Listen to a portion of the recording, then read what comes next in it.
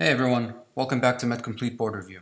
Today we have a 77-year-old male with a past medical history of hypertension, type 2 diabetes, dyslipidemia, smoking, who presents for the complaint of chest pain. The patient's pain worsens after walking 2 blocks and improves after rest.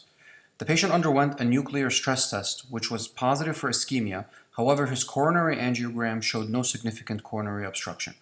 The patient is currently on aspirin, losartan, atorvastatin, and carvedilol. His BP is 128/90, heart rate's 55 beats per minute. In addition to lifestyle modification and smoking cessation, which of the following is most appropriate at this time?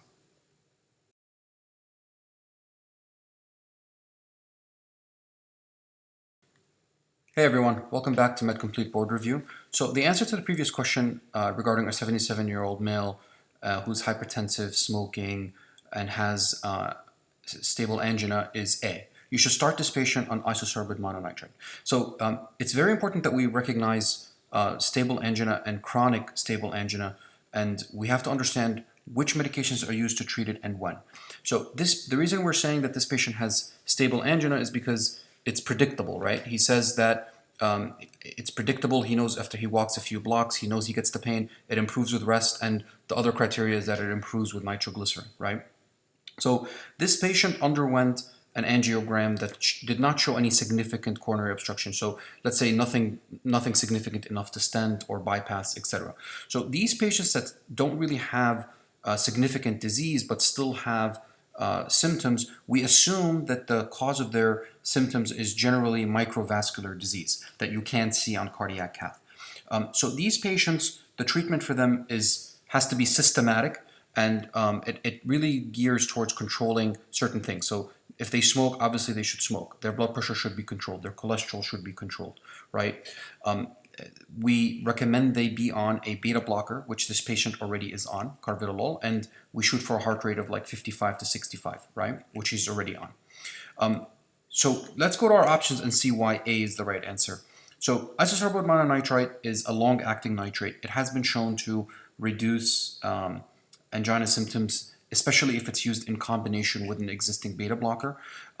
You can use beta blocker with calcium channel blocker as well. Like the combination of these two could have also been correct.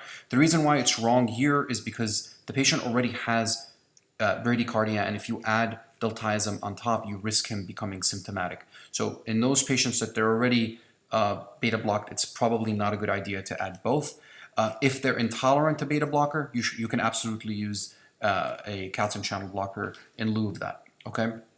So Renexa Ronalizine is also very effective. It's a sodium channel blocker. It does reduce angina symptoms, but it's not first line, okay? So this is usually used if the patient's already on a beta blocker or calcium channel blocker. We use a long-acting nitrate and they're still symptomatic, then you can add Ronalizine. The order of when to start these things is important on the exam. So you want to go to long-acting nitrate, beta blocker first, calcium channel blocker if they're intolerant, long-acting nitrate, and then if long-acting nitrate is not enough, you add Ronalizine. So Celestazole is similar in that it does cause reduction in pain, but this is more for claudication, not for angina of the heart, right? It doesn't work on the coronaries, but this is used to relieve pain from claudication, okay? So you can think of it as like the Renexa of the peripheral vascular system, okay? Plavix, the addition of Plavix to aspirin doesn't really do much here. This is not an STEMI or a coronary event, so there's no need to do that. Spironolactone, again, doesn't help here. The patient's blood pressure is already somewhat at goal. So spironolactone would be helpful if the patient had heart failure, class 3 or 4. Remember that it'll reduce mortality in those patients, but we'll do a heart failure question at a later point. Couple of side effects about isosorbate mononitrate that we want to know in case they ask. It causes facial flushing and it can cause dizziness, okay? I hope you found this helpful. Please comment your questions in the section below.